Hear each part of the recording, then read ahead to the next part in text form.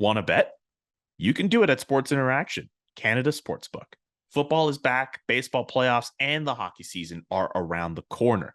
Bet pregame, live in play, or on one of our many prop bets. Made for Canadians, by Canadians, Sports Interaction makes it easy to deposit, play, and cash out. Join now and see all sports betting has to offer. You can head to sportsinteraction.com/SDPN. That's sportsinteraction.com/SDPN. Ontario only, 18 plus. Please play responsibly. Let's go to the Atlantic Division. Heavy focus on mascots in this episode. I love it. Yeah, kind of weird. We don't have to focus too much longer on mascots. What about the Florida Panthers, the reigning President's Trophy winners? My question is, what can their mascot do to help them improve on last season?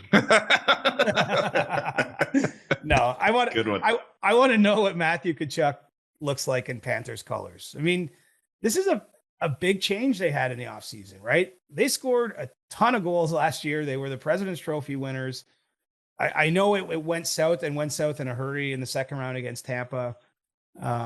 But, this is a team that made some pretty big changes after that kind of year. And so, there's a lot of heat to my eyes on Tkachuk. I don't think it's just down to how many points does he score. I mean, I think that when you make the trade that they made, they're doing it to almost have an attitude shift, to have, someone who plays a certain style. Jonathan Huberdeau had a magnificent season last year, but you're not looking at him to finish checks or bring some snarl to the game, I think, the way you want from Matthew Tkachuk. But, I think it's a pretty big risk from Bill Zito and the Panthers front office. Now it's a front office that's shown itself. I think that they're more risk averse than a lot of teams. It's really proven to be their benefit, but entering the season, it looks like they're going to have players like Rudolph Balcers, Colin White in the top six, potentially. Carter Verhaeghe back there. He's been a great story the way his career has risen, but it's not a team full of sure things as great as last year was. And so how does it work with Matthew Tkachuk? Did they actually get better? Probably not a question we're going to get an answer to until the playoffs, because I think it's a playoff motivated move. But we're going to see in the regular season, there's not a lot of ways to improve on the year they had last year, but I guess the question is how much of a fallback as a regular season team are they going to have? Because I just don't see them as being better, but they may be better suited for the playoffs. And that's obviously the thinking that went into the decisions made. The Toronto Maple Leafs. Now there's an obvious one that's sitting in front of us. And so I don't want to go too obvious, because we've talked about the guys who stopped the puck for that team already. My question for them, and it's entirely immaterial, probably in the big scheme of things, but I want to know if Austin Matthews can chase 50 goals in 50 games.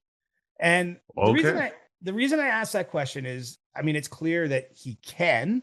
He scored 51 goals in a 50-game stretch during last season, but only 5 players in history have ever scored 50 goals in their team's first 50 games to start the year. I mean, that's the sort of the traditional measure of that achievement.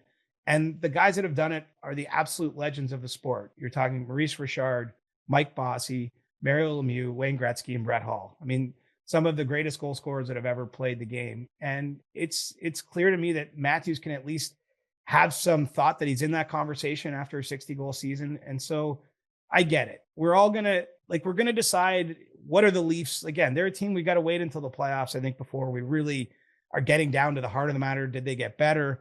I know we can focus on the goaltending, but I think it'd be pretty cool if Matthews could give that a run. Ovechkin was semi-close in the past, but he never truly gave it a run. I wonder if healthy Austin Matthews to start the season can make that happen, and give us something to focus on that isn't involve a goaltender or what happens once they get to mid-April, because there's 82 games to be played between then and now. The Tampa Bay Lightning. Do they have any juice left? I almost look at the Lightning and it's like, I don't really have any concerns about them. I still think that they're the team that's won 2 of the last 3 Stanley Cups and got to game 6 of the 3rd Stanley Cup played in that 3-year run. So I don't think that I'm not forecasting a deep fall. I don't think that there's one acquisition or one loss that's going to tell the story of, are they going to be better or worse? I really think it's just like, what do they have left as a group, as a team? Do they have that push still? Did that loss to Colorado in the final, is it going to be a source of motivation? Do they feel like it was their Stanley Cup and they had to go watch another team paraded around their rink, back in June? And so, that to me is sort of the question for the Lightning, because there's no reason to think they won't be a great team again. It would take something very unexpected to have them in danger of missing the playoffs for me, even as strong as the Atlantic Division is. And so, I want to just see what they have left, emotionally, physically, and all those things, because no team has played anywhere near as many games as they have since the COVID pause hit in March 2020. The Boston Bruins. I can't ignore the obvious in this one. I've tried to get cute with some other ones, but I mean, how much is missing Brad Marchand and Charlie McAvoy going to hurt this team? That's the question for me with Boston. I actually like their offseason. Like, I think Pavel Zacha is a nice acquisition for them. Bringing back David Krejci, there's an unknown there. He spent last year in the Czech Republic. He's 36, 37 years old. So he's certainly, there's some risk with a player like that, but I think Boston's still going to be a good team. I just don't know how to quantify what it's like missing, a top line winger on your team in Marchand and your best defenseman for a period of time, with those players recovering from off-season surgeries to start the year. And you mix in a new coach with Jim Montgomery. There's just some uncertainty about how everyone will adapt to that situation. But I still think the pieces are there for the Bruins to be a good team. It is sort of a last dance kind of feel to this season. Patrice Bergeron took a long time to decide about his future, and then he signed a 1-year deal. You bring back Krejci. You're in the last season of David Pasternak's contract, at least as we're recording now. I know there have been discussions with Bruins management about an extension for him, but right now it's lining up that the what's left of the core of the last team that played in the Stanley Cup final in 2019 with this team. This is their last shot at it. So can they overcome those injuries? And if so, maybe they can write a nice final chapter. By the way, Taylor Hall also on that injury list. He could be he's week to week with an injury, I believe. Not good. Nope, not good at all. The Buffalo Sabres are the next team. I want to know what the Sabres, how ready Owen Power is to make a mark against NHL players. And, I don't think there's any reason to question or doubt that he's going to be an impactful defenseman in the league, but is it going to happen in November, or are we going to have to wait a couple seasons? And, this is sort of a rare, at least in recent times, first overall pick from 2021 that didn't jump right into the league last year. He went back and had another season at the University of Michigan, but he's played a lot of top level hockey. I mean, he's won a gold medal already at the Men's World Hockey Championship with Team Canada, played at the World Junior, he played at the Olympics. I know it wasn't NHL best on best, but obviously he's facing professionals in that case, and he's a big, strong guy.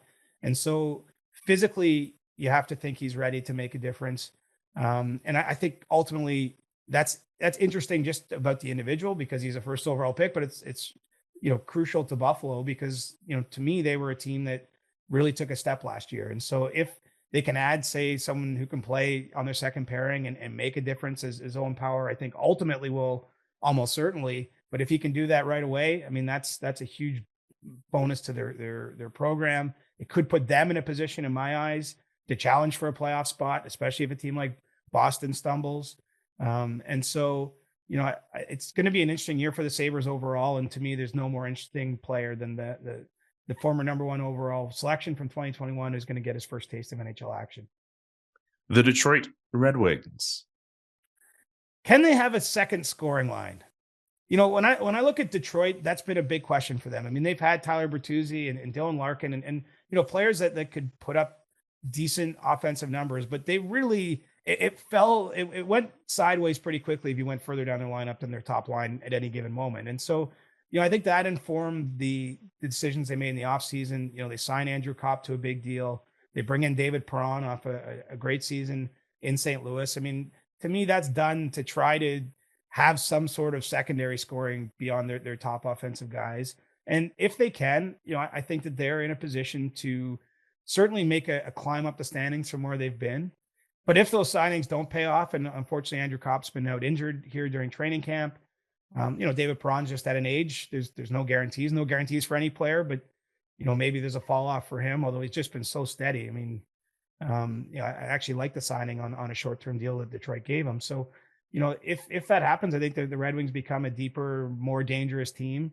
But I still see ultimately some time needed with this group to get them to a point where we're talking about them being a difference or power in the division or all that sort of things. I mean, I think they're moving in the right direction, but if they can have that second scoring line, they're going to be a much tougher team to play against this year. The Ottawa Senators. Can they handle the expectations, man? Like this is, and I know we talked about it a little bit in the segment with David Bastow, but I mean, there's so much hype around this team, and I think it's great. Like I'm not hating on any fan for being excited about their team, and when you have an organization like the Senators that have sort of been notoriously cheap, that let Erik Karlsson and Mark Stone go, and you finally get now these players, the younger guys that have coming up, and they're getting big contracts, and they're bringing Claude Giroux and making deals. Like I get the excitement, but I think the reality here is they were 27 points behind the last playoff spot last year. Like that's like 5 football fields worth of like making up ground. Like I don't know that they've done enough to do that. I think should be very real concerns about their blue line. They have Travis Hamonic, Nikita Zaitsev among their top 6 as we're recording this now.